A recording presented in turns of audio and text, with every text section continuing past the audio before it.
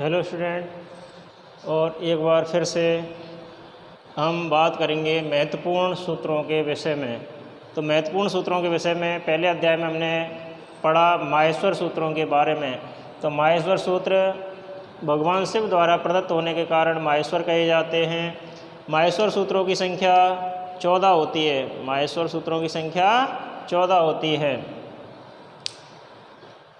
14 माहेश्वर सूत्रों से 44 प्रत्याहार निर्मित होते हैं। कितने प्रत्याहार निर्मित होते हैं? 44 प्रत्याहार निर्मित होते हैं। प्रत्याहार एक तरह से संक्षिप्तीकरण है जो अपना अपने समूह का बोध कराता है। इसी कड़ी में आगे हम पढ़ते हैं हलंत्यम। हलंत्यम सूत्र, हल प्लस अंत्यम। हलंत्यम से तात्पर्य है हल प्लस अंत्यम, अर्थात हल प्रत्याहार के अंतर्गत सभी व्यंजन वर्ण आते हैं। हल प्रत्याहार के अंतर्गत क्या आता है? सभी व्यंजन वर्ण। जैसा हमने पाणिनीय सूत्रों में पढ़ा, माहेश्वर सूत्रों में पढ़ा, प्रत्याहार सूत्रों में पढ़ा कि हल प्रत्याहार के अंतर्गत सभी व्यंजन वर्ण आते हैं। और अंत्य का अर्थ होता है अंत में होने वाला। तो कहने का तात्पर्य ये है कि उपदेश के अंत में होने वाला व्यंजन वर्ण, उपदेश के अंत में होने वाला व्यंजन वर्ण इत संज्ञक कहलाता है। अर्थात अंतिम जो व्यंजन वर्ण होता है उसकी इत संज्ञा हो जाती है। और इत से तात्पर्य क्या होता है? लोप। जैसे हल, ठीक है, तो हल से तात्पर्य है हा से लेके ला तक जितने भी व्यंजन वर्ण हैं जो प्रत्याहार में, उनमें अंतिम प्रत्याहार जो होगा हलंत्यम, उसका क्या हो जाता है? लोप हो जाता है। अगला सूत्र है तस्य लोप। तस्य लोप से तात्पर्य है कि जिस वर्ण की इत संज्ञा होती है। हमने पहले पढ़ा कि हलंत्यम, हल वर्णों का अंतिम वर्ण जो क्या होता है वो उपदेश के अंत में होने वाला व्यंजन वर्ण इत संज्ञक होता है। और जिस वर्ण की इत संज्ञा होती है उसका लोप हो जाता है। अर्थात जिस वर्ण की हम क्या करते हैं? इत संज्ञा करते हैं, या जिस वर्ण को हम इत संज्ञक कहते हैं उसका तस्य लोप सूत्र से लोप हो जाता है। एको यणचि। अब देखो एको यणचि, एको यणचि सूत्र में 3 पद हैं मूल रूप से, एक, यण और अच।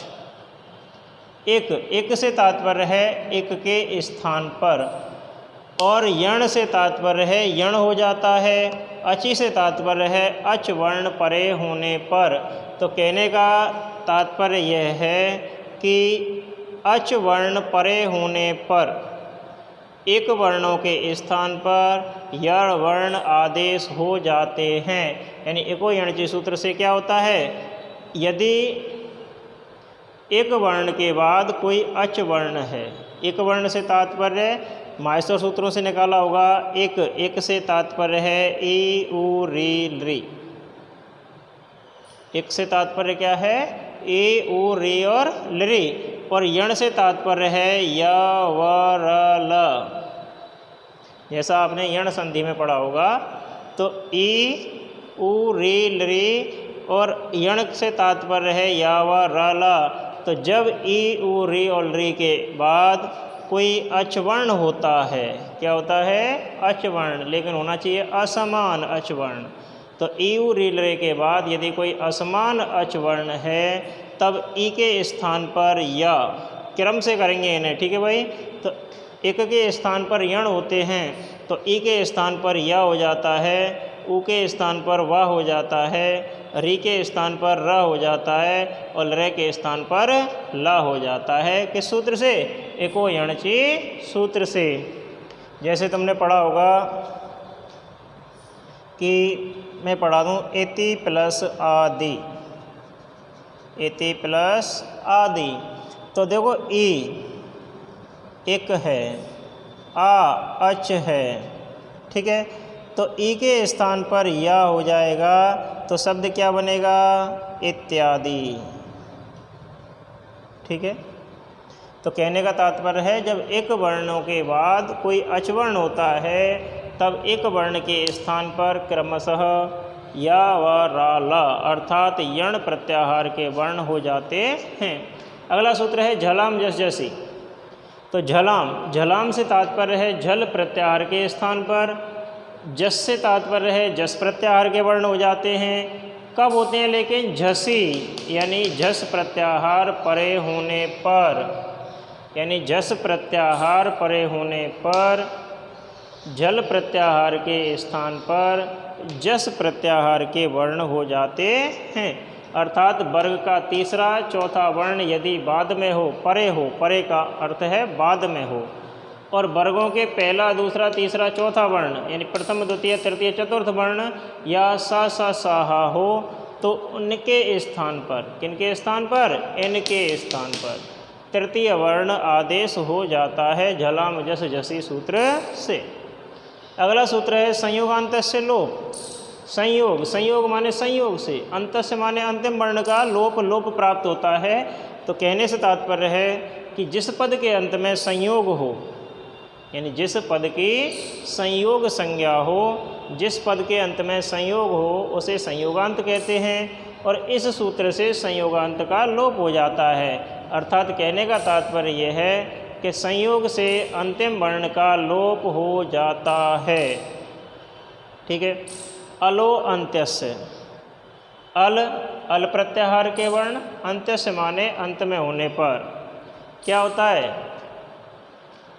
उनका आदेश होता है। तो कहने का तात्पर्य है कि अल प्रत्याहार के अंतर्गत सभी स्वर और व्यंजन वर्ण आते हैं। तो सबसे पहले तो हमें समझना है कि अल में सभी स्वर वर्ण और सभी व्यंजन वर्ण आते हैं, क्योंकि अल प्रत्याहार माहेश्वर सूत्रों में आ प्रथम माहेश्वर सूत्र का प्रथम अक्षर है, और ल अंतिम माहेश्वर सूत्र का अंतिम वर्ण है। तो समस्त माहेश्वर सूत्रों में सभी व्यंजन और सभी स्वर वर्ण आते हैं, तो अल प्रत्याहार के अंतर्गत स्वर और व्यंजन वर्ण समाहित होंगे। तो कहने का तात्पर्य है कि अल प्रत्याहार के अंतर्गत सभी स्वर एवं व्यंजन वर्ण आते हैं। इस सूत्र के अनुसार षष्ठी अंत पद के स्थान पर जिस आदेश का विधान किया जाए और वह आदेश उस षष्ठी अंत पद के अंतिम वर्ण के स्थान पर होता है, ये इस सूत्र से तात्पर्य है। आगे हम पढ़ते हैं अगला सूत्र। तो अगला सूत्र पढ़ेंगे एचो अयवायावः, एचो अयवायावः।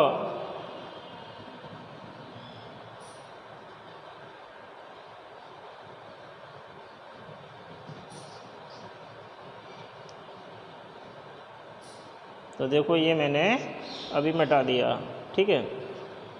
तो हमें सूत्रों को ध्यान में रखना है, और सूत्रों को ध्यान में रखते हुए ही अपने रूप सिद्धि के कार्य को आगे बढ़ाना है। जब तक इन सूत्रों का हमें क्या नहीं होगा, ज्ञान नहीं होगा, तब तक रूप सिद्धि करना आसान नहीं होगा। तो अगला सूत्र हम लिखते हैं 8वां।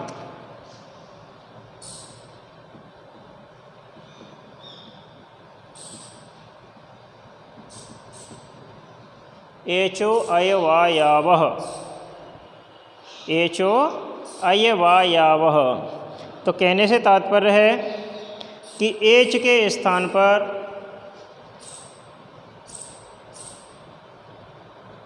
एच के स्थान पर अय,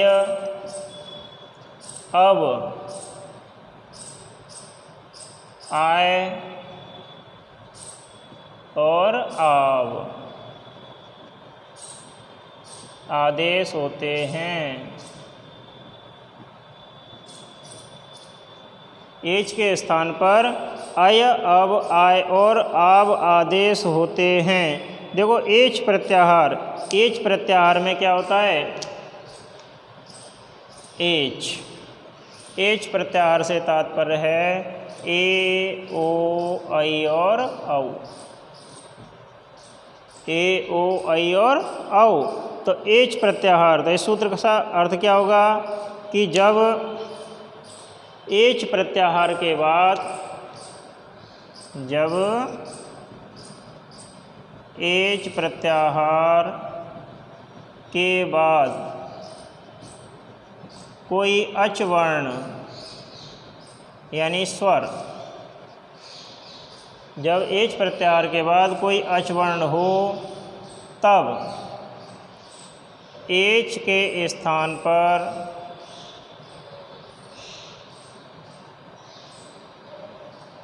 अय, अब, आय और आब हो जाते हैं।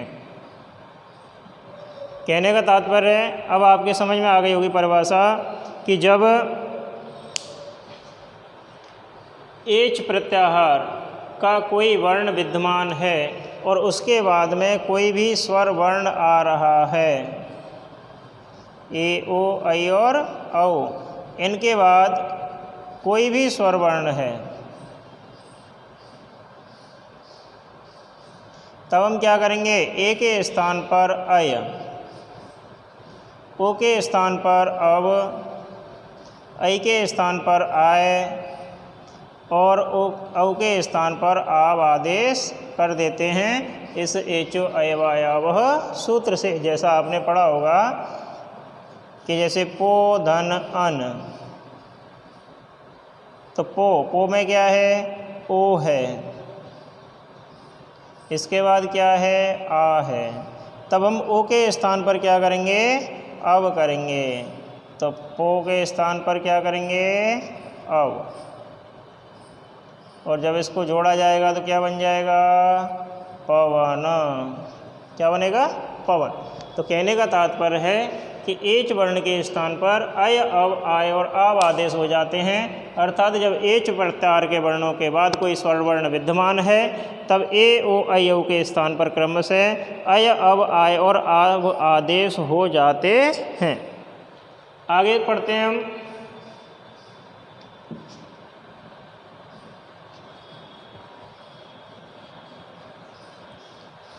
अगला सूत्र पढ़ेंगे, यथा संख्यम अन्धे समानम। पहले ही पढ़ा होगा आपने और परिभाषा याद भी होगी, तो लिखिए,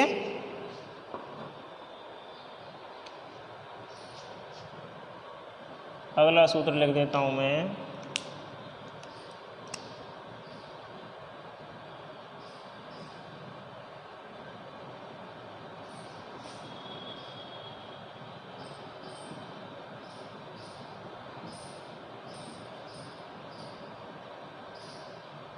यथा संख्यम अनुदेशः समानम, यथा संख्यम अनुदेशः समानम, जिस प्रकार की संख्या होगी उसी प्रकार से उसका अनुदेश समान होगा। कहने से तात्पर्य है कि जहाँ उद्देश्य और विधेय समान संज्ञक होते हैं, तो लिखो कि जहाँ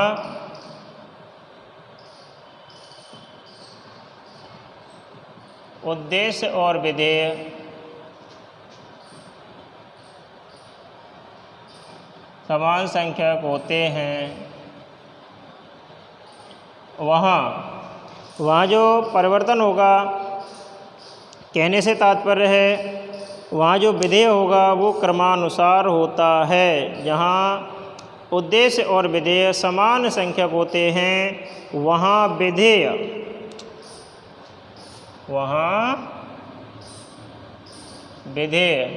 क्रमानुसार होगा, यानी क्रम से होता है। किस प्रकार होता है, क्रम से होता है। आगे चलते हैं हम। आद गुणः